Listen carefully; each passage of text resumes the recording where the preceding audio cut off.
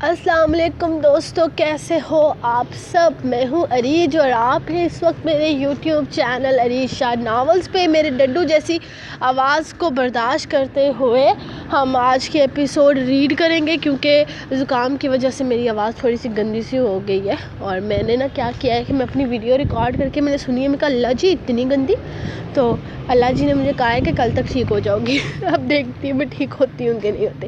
تو جو شروع کرتے ہیں ہم آج کی ایپیسوڈ جلدی سے۔ تو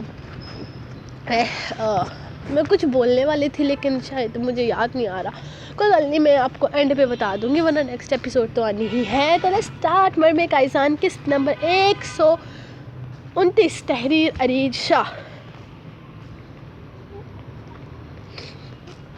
ہا ہا ہا، بیوی تمہیں تو ہوش آ گیا، پھرتی آ گئی، تم میں اچانک اٹھ کر کھڑی ہو گئی۔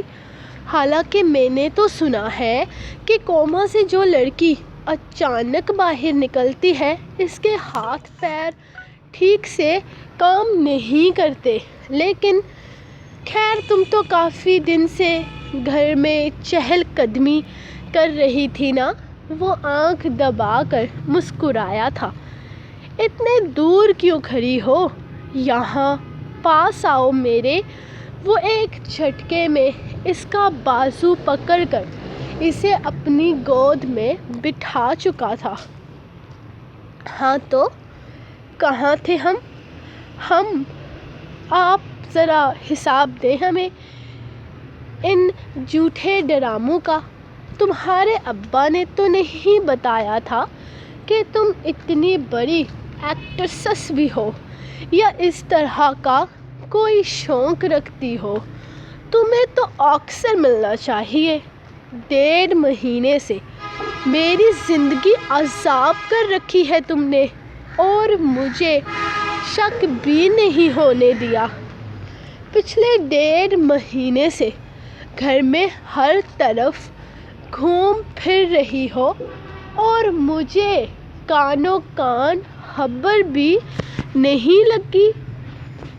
یہ الگ بات ہے کہ میں نے پہلے ہی دن CCTV کیمرہ دیکھ کر اندازہ لگا لیا تھا کہ یہاں پر یہ سب کچھ ہو رہا ہے، ورنہ تم تو لمبے عرصے تک مجھے بیوقوف بنانے کا ارادہ رکھتی تھی۔ وہ کچھ بولنے کی کوشش کر رہی تھی لیکن اس کی زبان اس کا ساتھ نہیں دے پا رہی تھی۔ جانتا ہوں ابھی تمہیں ٹھیک سے بولنا نہیں آیا، اور مجھے یقین ہے کہ تمہیں بولنا آ بھی جائے گا، وہ بھی یقیناً کم از کم تم مجھے نہیں بتاؤ گی۔ کیا وجہ جان سکتا ہوں ان سارے ڈراموں کی؟ وہ پوچھ رہا تھا جبکہ وہ رونے لگ گئی تو وہ بے چین ہو گیا۔ کیا میری محبت پر یقین نہیں تھا تمہیں؟ کیا تمہیں لگتا ہے تمہارے ہوش میں آ جانے سے کچھ غلط ہو جائے گا؟ اس کے آنسو دیکھ کر وہ بے چینی سے پوچھنے لگا تھا۔ وہ تو اتنا خوش تھا اسے ہوش و حواس میں دیکھ کر، اور وہ پاگل لڑکی رو رہی تھی۔ سب برے ہیں۔ میں برا نہیں ہوں انشو، میں بالکل برا نہیں ہوں۔ میں تو تم سے بہت محبت کرتا ہوں۔ بے تحاشا 4 سال سے ایک لمحہ تمہارے ہوش میں آنے کا انتظار کیا ہے، اور تم وہ بات ادھوری چھوڑتا، ایک گہرا سانس لیتا، اس سے دور ہٹا تھا۔ شاید وہ اس سے خوفزدہ ہو رہی تھی۔ تیار ہو جانا، ہم ڈاکٹر کے پاس چلیں گے، میں تمہارا پراپر چیک اپ کرواؤں گا، اور بالکل بھی پریشان ہونے کی ضرورت نہیں ہے۔ میں برا نہیں ہوں، آئی پرومس تمہارے معاملے میں بہت اچھا ثابت ہوں گا۔ وہ نرمی سے اس کے گالوں کو چومتا ہوا کمرے سے نکل گیا تھا، جبکہ وہ حیرانگی سے وہیں بیڈ پر بیٹھی اسے جاتے ہوئے دیکھتی رہی تھی۔ وہ اتنے وقت سے جانتا تھا، پھر بھی اس نے اس کی چوری پکڑنے کے بجائے اسے وقت دیا تھا۔ وہ برا نہیں تھا، یہ تو وہ بھی جانتی تھی۔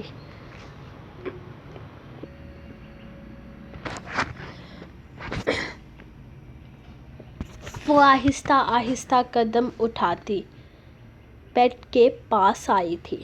اس نے اپنا چاقو نکالتے ہوئے بیڈ پر لیٹے رسل پر حملہ کرنا ہی چاہا تھا کہ اگلے ہی لمحے اس نے اس کا ہاتھ تھام کر اسے اپنی طرف کھینچا تھا، اور وہ اب بیڈ پر تھی اور اس کے ساتھ ہاتھ سے چاقو نیچے زمین پر گر چکا تھا۔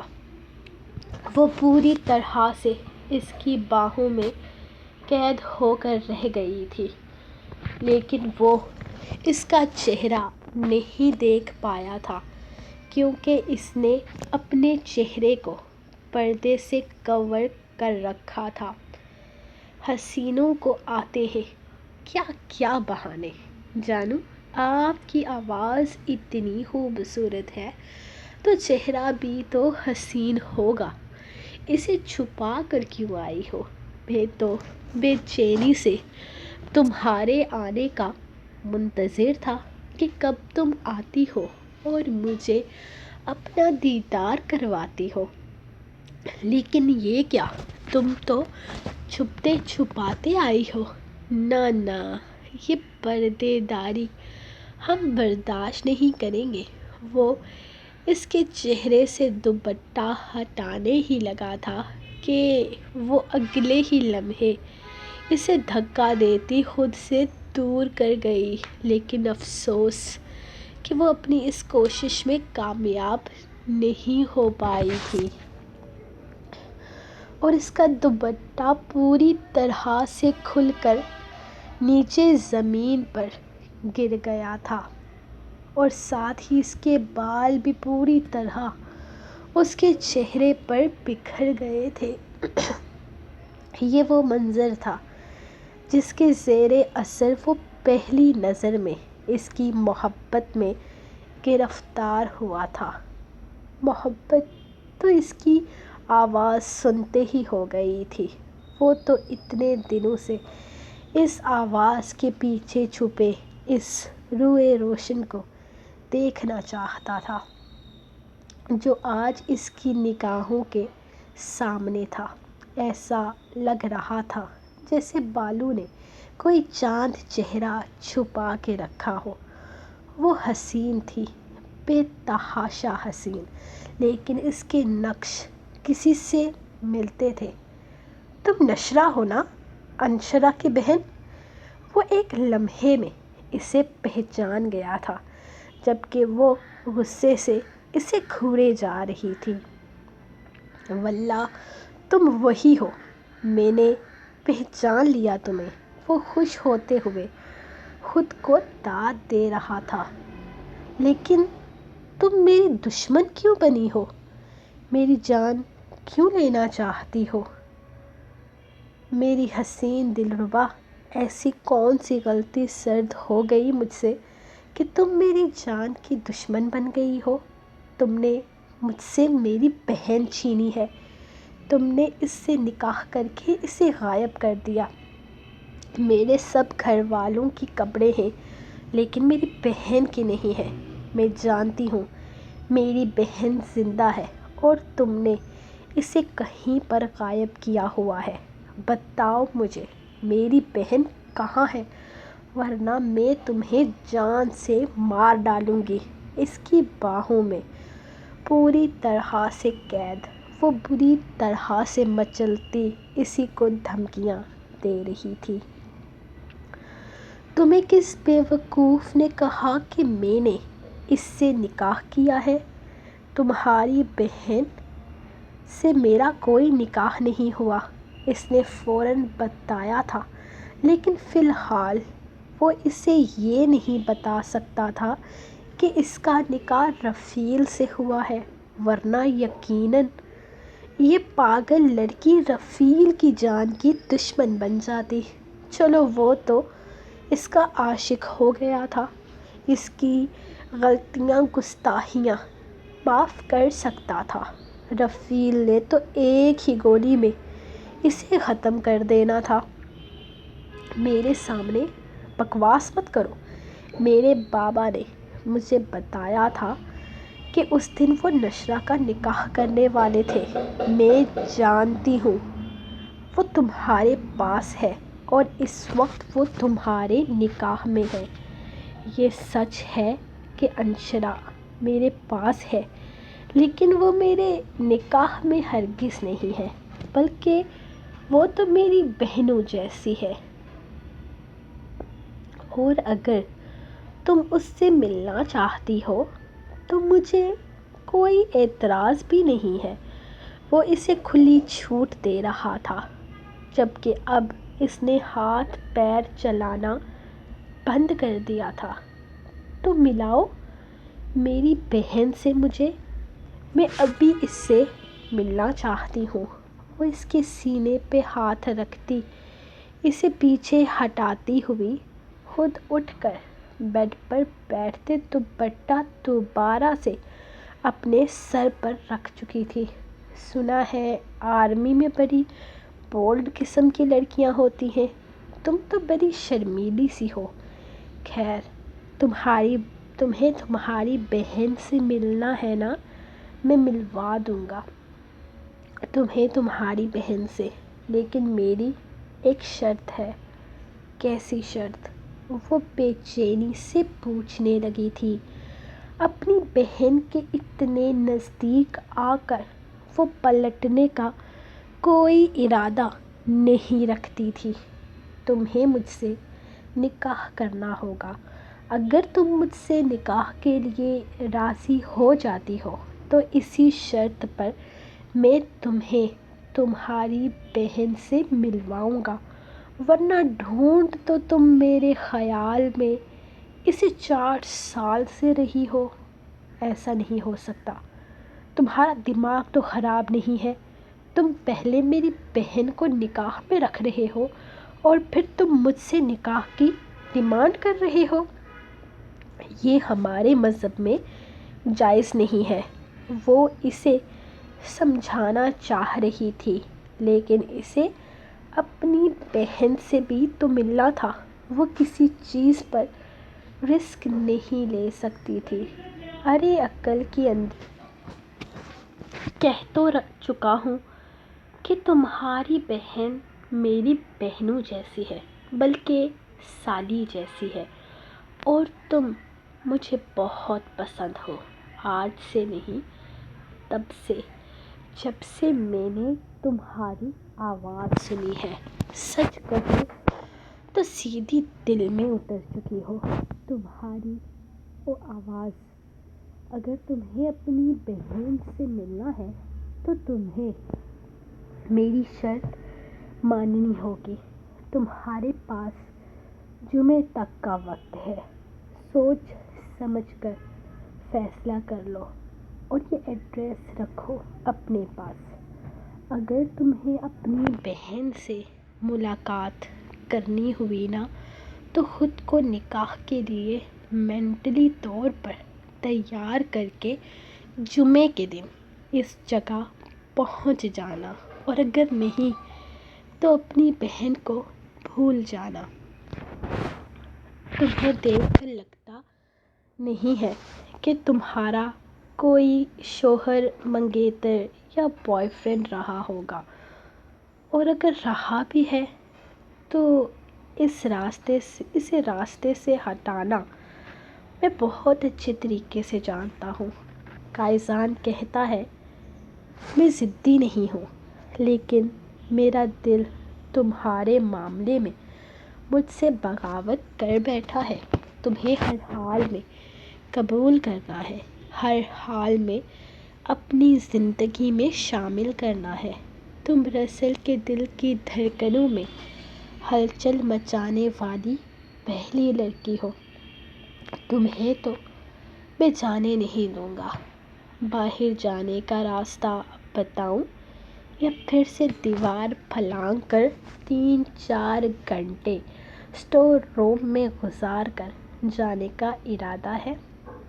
وہ مسکراتے ہوئے بولا تھا، جبکہ اپنی چوری پکڑ جانے پر بھی وہ بالکل بھی شرمندہ نہیں ہوئی تھی، کیونکہ اسے پہلے سے ہی اندازہ تھا یہ گینگسٹرز اتنے کچے نہیں ہیں۔ اپنا بہت سارا خیال رکھنا، مجھے بہت سارا مس کرنا۔ کسی چیز کی ٹینشن لینے کی ضرورت نہیں ہے۔ ساری شاپنگ میں آج کر کے آؤں گا۔ اگر تمہیں کسی چیز کی کمی محسوس ہوئی تو تم خود بعد میں توشیبا کے ساتھ شاپنگ پر چلی جانا۔ ہر چیز مکمل ہو جائے گی۔ اپنی پڑھائی پر ٹھیک سے دھیان دینا، سب کچھ بہت اچھے سے کرنا۔ پہلا دن ہے، بالکل بھی ٹینشن مت لینا۔ وہ گاڑی گیٹ کے باہر روکتے ہوئے اس سے کہہ رہا تھا، جبکہ وہ ساری کتابیں اور لیپ ٹاپ کا بیگ اٹھانے لگی تھی۔ وہ شکل سے ہی نروس لگ رہی تھی۔ انشاءاللہ سب کچھ ٹھیک ہوگا، وہ اسے یقین دلا رہا تھا، جبکہ وہ بہت کنفیوز لگ رہی تھی۔ جب اچانک ہی قائزان نے اس کا چہرہ پکڑ کر اس کے ہونٹوں کو اپنے لبوں میں قید کر لیا۔ قائزان، یہ کیا حرکت ہے؟ پہلے دیکھیں تو صحیح کہ ہم کہاں ہیں۔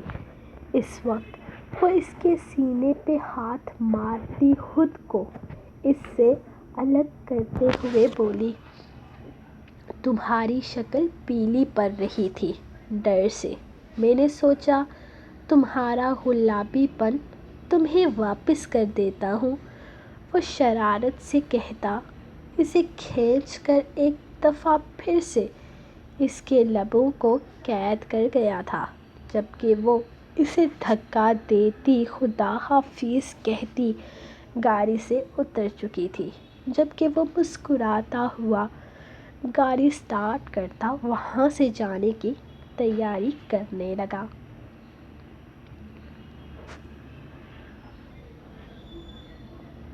وہ جتنا نروس تھی، سب کچھ اتنا ہی الٹا سیدھا ہو رہا تھا۔ پرنسپل سر اسے گیٹ تک ریسیو کرنے آئے تھے۔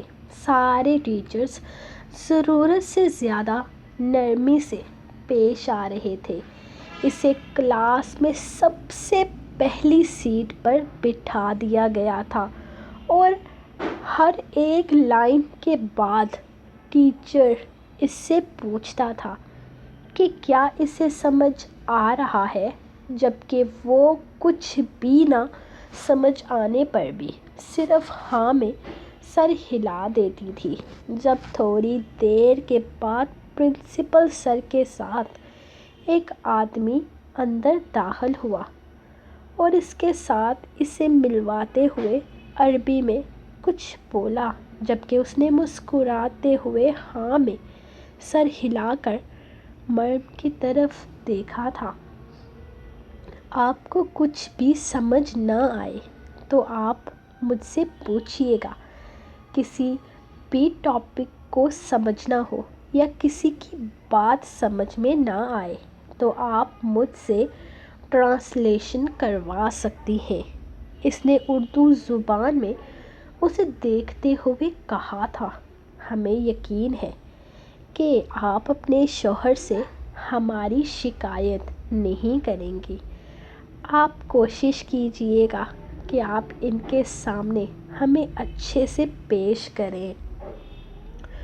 وہ آدمی بول رہا تھا جبکہ مریم اس کی ساری بات سمجھ چکی تھی۔ یہ VIP ٹریٹمنٹ اسے صرف اور صرف کائزان کے گینگسٹر ہونے کی وجہ سے مل رہا تھا۔ اتنا تو وہ سمجھ چکی تھی۔ لڑکی، کون ہے تمہارا شوہر جو اتنا بڑا VIP بندہ ہے کہ تمہارے لیے اسپیشل انتظام کیا جا رہا ہے؟ کلاس کی ایک بولڈ لڑکی اس کے پاس آتے ہوئے اردو زبان میں پوچھنے لگی تھی۔ یقیناً اس کا تعلق انڈیا یا پاکستان سے تھا۔ کائزان کاظمی، اس نے صرف نام بتایا تھا، جبکہ وہ لڑکی گھبراتے ہوئے کلاس کی آخری سیٹ پر جا کر بیٹھ گئی تھی اور مریم کا غصے سے برا حال ہونے لگ گیا تھا۔ یہ والا دیکھ، میرے لیے کرتا اچھا لگے گا یا نہیں؟ وہ کائزان کے ساتھ بازار آیا ہوا تھا۔ 2 دن کے بعد یاور کا نکاح تھا، جس کا سارا انتظام اس نے کروایا تھا۔ لیکن رسل اتنا ایکسائٹڈ کیوں تھا؟ اسے سمجھ نہیں آ رہا تھا۔ رسل، میرے بچے، میری جان، میرے بڑے بھائی، میرے جگر کے ٹکڑے، تیری شادی نہیں ہے۔ اس نے بڑے پیار سے اسے سمجھایا تھا اور اینڈ پر اسے حقیقت کا آئینہ بھی دکھایا تھا۔ اگر نیشو مان جاتی تو میں اس کے لیے یہ والا ڈریس پیک کرواتا۔ کتنا خوبصورت ہے نا؟ خیر، یہ والا شادی پر پہن لے گی۔ فی الحال نکاح کے لیے میں یہ پیک کروا رہا ہوں۔ اس نے سامنے لگی وائٹ کلر کی فراک کی طرف دیکھتے ہوئے کہا۔ تو کائزان نے بے یقینی سے اسے دیکھا تھا۔ نیشو کون ہے؟ اس نے اٹک اٹک کر پوچھا تھا۔ یہ کون سی لڑکی تھی جو اس کی زندگی میں بھی آ گئی تھی اور کائزان کو خبر بھی نہیں ہوئی تھی؟ تیری بھابھی ہے، اور کون ہے؟ اور تیری بھابھی کے ساتھ جمعے والے دن میرا نکاح ہونے والا ہے۔ تو صرف اپنے سالے کی نہیں بلکہ اپنے بڑے بھائی کی بھی شادی کی تیاریاں کر، میرے راج دلارے چھوٹے بھائی۔